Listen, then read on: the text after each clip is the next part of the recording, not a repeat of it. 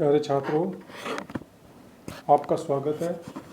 आज हम subject electronics components and saw practice code EL 201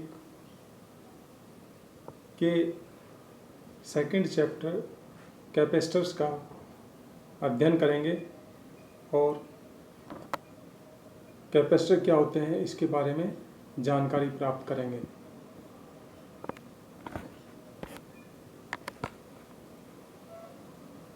सर्वप्रथम इंट्रोडक्शन यानी परिचय।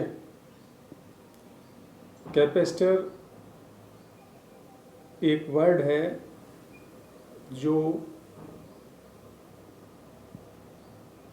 कैपेसिटी टू स्टोर इलेक्ट्रॉन्स शब्द से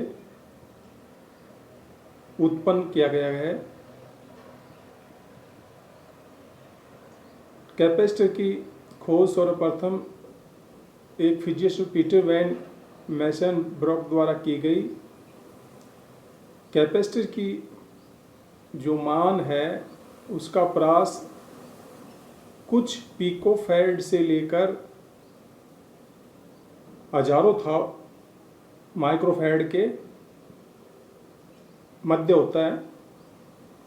यानी पिकोफैराड एक छोटी क्वांटिटी है और माइक्रोफैराड एक बड़ी क्वांटिटी है, इसलिए PF से μF के बीच इसका मान स्थित होता है। तो कैपेसिटर असल में क्या है? इलेक्ट्रॉन्स को स्टोर करने की जो कैपेसिटी किसी डिवाइस में होती है वो कैपेसिटर कहलाता है। यानी इलेक्ट्रॉन्स का संग्रहण करता है कैपेसिटर, या इलेक्ट्रॉन चार्ज को इकट्ठा या कलेक्ट करता है कैपेसिटर। कंस्ट्रक्शन मटेरियल इसके लिए यूज करते हैं। इसमें दो प्लेटें होती हैं जिनके मध्य डाइलेक्ट्रिक मेटेरियल या कुचालक पदार्थ को भर दिया जाता है। कुचालक पदार्थ वैक्यूम या प्लास्टिक या ग्लास या सेरेमिक या माइका या एल्यूमिनियम या ऑक्साइड, एल्यूमिनियम ऑक्साइड या टैंटलम ऑक्साइड इत्यादि हो सकते हैं। इनमें से कोई भी एक पदार्थ हो सकता है जो डाइलेक्ट्रिक मेटेरियल के रूप में दो प्लेटों के मध्य, दो मेटल प्लेटों के मध्य रखकर कैपेसिटर का निर्माण किया जाता है। इसके जो एप्लीकेशन हैं वो इस प्रकार हैं, जैसे ब्लॉकिंग DC, यानी DC को ब्लॉक करने के लिए DC सप्लाई को ये करंट को ब्लॉक करता है की तरह इसको यूज कर सकते हैं। एज ए कपलिंग एलिमेंट, एक सर्किट से सिग्नल ट्रांसमिट करने के लिए दूसरे सर्किट में ये कपलिंग एलिमेंट के रूप में कार्य कर सकता है एक कैपेसिटर। बाईपास कैपेसिटर एक रजिस्टर के अक्रॉस लगा सकते हैं जो AC करंट को आसानी से बहने देता है। फिल्टर सर्किट्स में कैपेसिटर का यूज किया जाता है रिपल कंटेंट्स, यानी जो स्पंदन आते हैं रेक्टिफिकेशन में, उनको हटाने के लिए कैपेसिटर फिल्टर सर्किट का यूज कर सकते हैं। ये पावर सप्लाई को स्मूथनिंग करने के काम आता है। ट्यूनिंग सर्किट्स में एक पर्टिकुलर फ्रिक्वेंसी को सेलेक्ट करने के लिए भी कैपेसिटर का यूज किया जा सकता है। यानी ट्यूनिंग सर्किट के रूप में ये कैपेसिटर को वेरी करके एक पर्टिकुलर फ्रिक्वेंसी हम प्राप्त कर सकते हैं। ट्यूनिंग सर्किट से मतलब यहाँ अनुनाद की स्थिति प्राप्त करना, जहाँ अधिकतम फ्रिक्वेंसी आउटपुट की ओर प्राप्त होती है, तो वो कैपेसिटर को वेरी करके या कैपेसिटर को ट्यून करके हम कर सकते हैं। इसमें नॉन साइनसोइडल वेवफॉर्म भी इस कैपेसिटर द्वारा उत्पन्न कर सकते हैं, जैसे शॉटूथ वेवफॉर्म। शॉटूथ वेवफॉर्म एक तिरछी वेवफॉर्म होती है जिसको मैं आपको बता देता हूँ।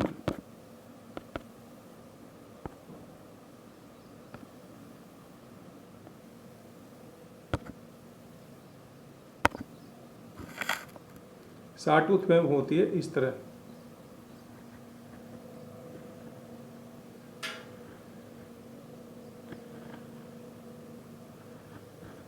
ये तिरछी वेवफॉर्म होती है, इसको बोलते हैं सॉटूथ वेवफॉर्म।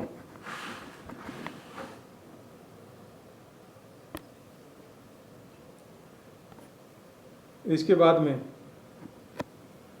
आगे जो इसकी स्पेसिफिकेशन है वो इस प्रकार है। इलेक्ट्रिक चार्ज के लार्ज अमाउंट को बढ़ाने के लिए एनर्जी स्टोरेज के रूप में इनका यानी कैपेसिटर का प्रयोग कर सकते हैं। ये फ्लैश ट्यूब के अंदर की तरह, फोटोग्राफी कैमरा में फ्लैश ट्यूब होती है उसकी तरह या लेजर बीम की तरह फ्लैश ट्यूब में ये यूज हो सकते हैं। इसकी जो डेफिनेशन है वो इस प्रकार हो सकती है। Capacitors are the devices which store electric charge and consist of two metal plates. यानी कैपेसिटर एक ऐसी युक्ति है जिसको इलेक्ट्रिक चार्ज को इकट्ठा करती है, जिसमें दो मेटल प्लेट लगी होती है जिनके जो दोनों एक डाइलेक्ट्रिक मटेरियल द्वारा सेपरेट होती है। तो डेफिनेशन क्या होगी? Capacitor are the devices which store electric charge and consist of two metal plates that is called electrodes which separated by a dielectric material. या डाइलेक्ट्रिक मटेरियल कुचालक पदार्थ होता है। कैपेसिटर की यूनिट, इसकी जो यूनिट होती है फैरड होती है, जो कि बहुत बड़ी क्वांटिटी, हज कैपेसिटी की एक क्वांटिटी है, इसलिए छोटी यूनिट काम लेते हैं। माइक्रो फैरड जो होती है 10⁻⁻⁶ फैरड, और पीएफ होता है पिको फैरड, वो होते हैं 10⁻⁻12 फैरड।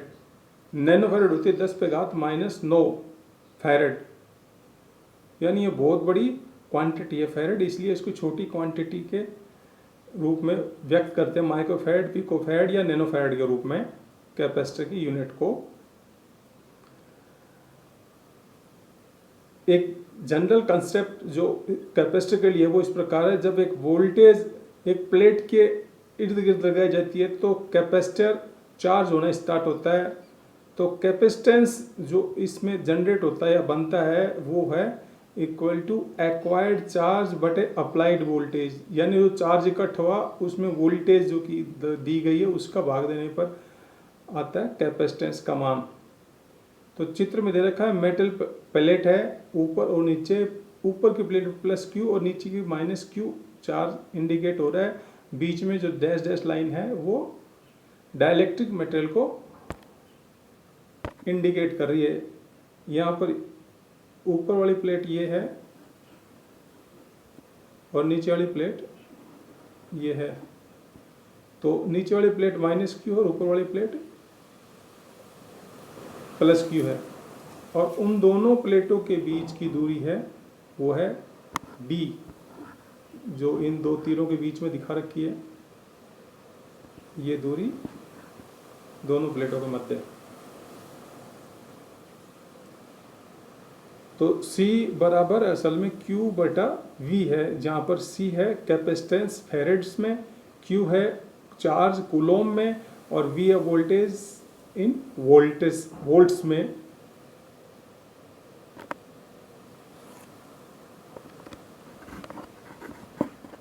एक पैरेलल प्लेट कैपेसिटर का ये चित्र दे रखा है ऊपर। इसमें ऊपर और नीचे मेटल के प्लेट यानी इलेक्ट्रोड्स लगे हुए हैं जिनका एरिया A है, और उनके दोनों प्लेटों के बीच की दूरी D है, जिसमें डाइलेक्ट्रिक मटेरियल दोनों प्लेट के बीच में रखा गया है, यानी कुचालक पदार्थ को रखा गया है। किसी भी सर्किट में सर्किट की पर अप्लाइड वोल्टेज के चेंज को कॉज करने की प्रवृत्ति होती है, जिसे हम कैपेसिटेंस के रूप में परिभाषित करते हैं।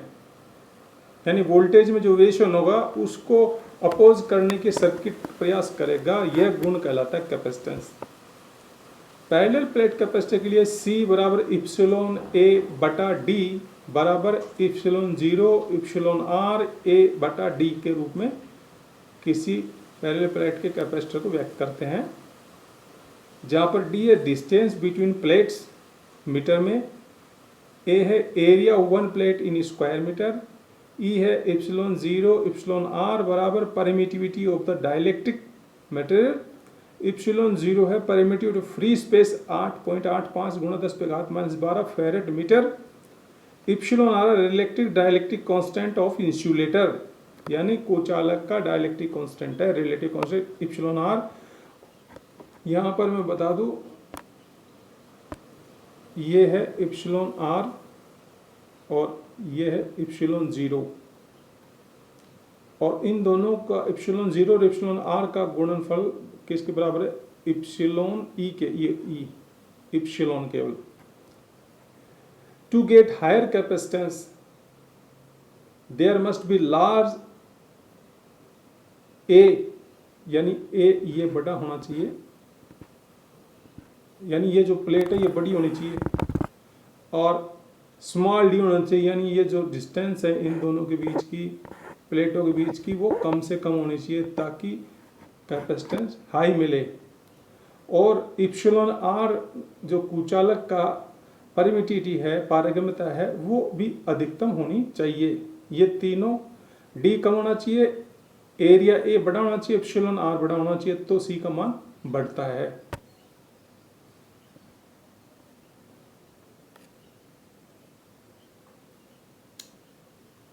इक्विवेलेंट सर्किट यानी तुल्य परिपथ, इस चित्र में आप देख रहे हो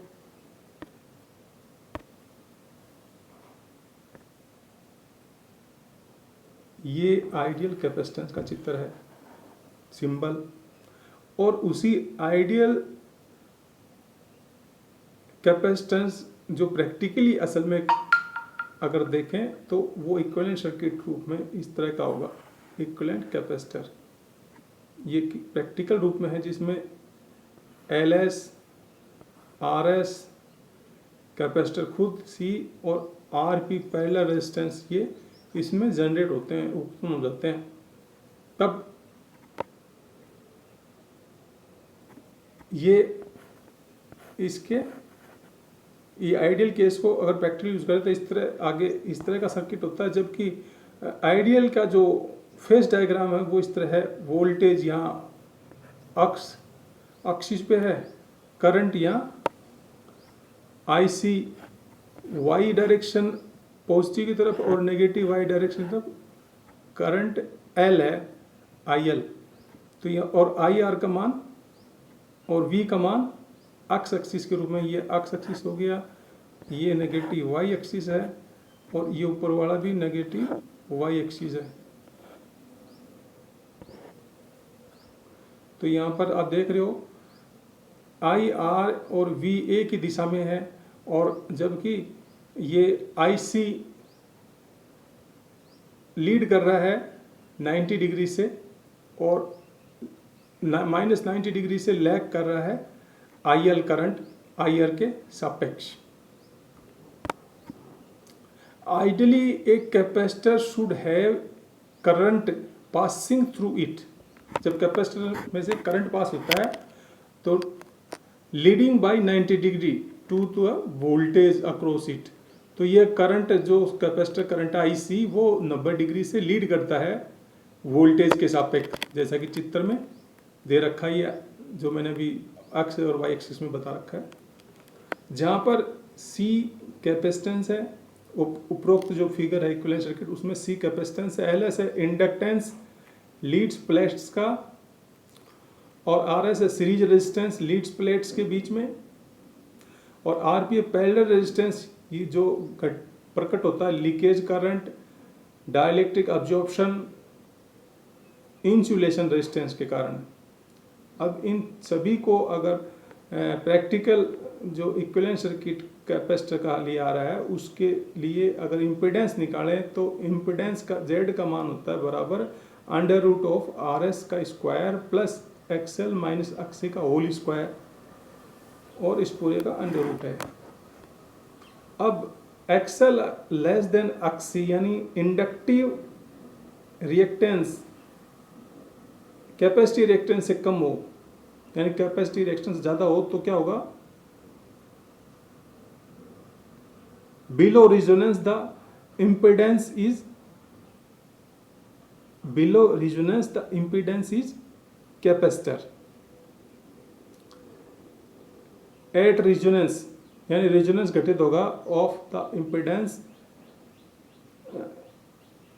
when impedance is resistive, XL less than एक्ससी है तब रेजोनेंस की जो घटना उससे नीचे है ये, और इम्पिडेंस कैपेसिटेंस कैपेसिटी टाइप है, और एक्सएल बराबर एक्ससी है तो रेजोनेंस घटित होगा, और इम्पिडेंस रेजिस्टिव टाइप है, एक्सएल ग्रेटर देन एक्ससी है तो रेजोनेंस से ऊपर ये घटना घटित होगी, और यहाँ इम्पिडेंस इंडक्टिव टाइप होगी।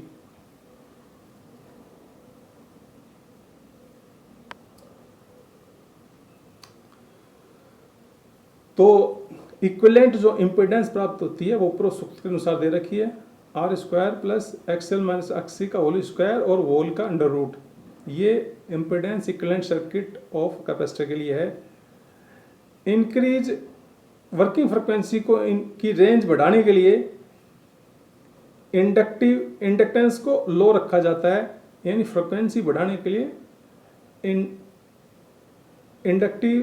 इंडक्टेंस का मान जो सीरीज से मिलता है वो कम रखा जाता है, कम करने का प्रयास किया जाता है। Inductive and resistive losses control of the utility of capacitor at high frequency, यानी इंडक्टिव लॉस और जो एल के कारण होता है, रेजिस्टिव लॉस जो आर के कारण होता है, दोनों ही हाई फ्रिक्वेंसी पे कैपेसिटर के प्रयोग को नियंत्रित करते हैं। ये दोनों प्रकार के लॉस, आर पी जैसे कि इंसुलेटर है, affects performance in timing and coupling circuits, coupling circuit और टाइमिंग को प्रभावित करता है आर पी का मान जब वह एज ए इंसुलेटर काम करेगा, और R S is measure of heat dissipation in the capacitor. यहाँ पर सीरीज रेजिस्टेंस कैपेसिटर की जो हीट जनरेट होती है उसको मापने का काम करता है। दूसरे में कहेंगे हीट ई आर एस द्वारा ही डेसिपेट होती है। तो ये आज हमने जाना कैपेसिटर के बारे में, कैपेसिटर का डेफिनेशन, इंट्रोडक्शन, उसके इक्विवेलेंट सर्किट्स और उसके यूजेस, एप्लीकेशंस। तो आज के लिए इतना ही काफ़ी है। Thank you.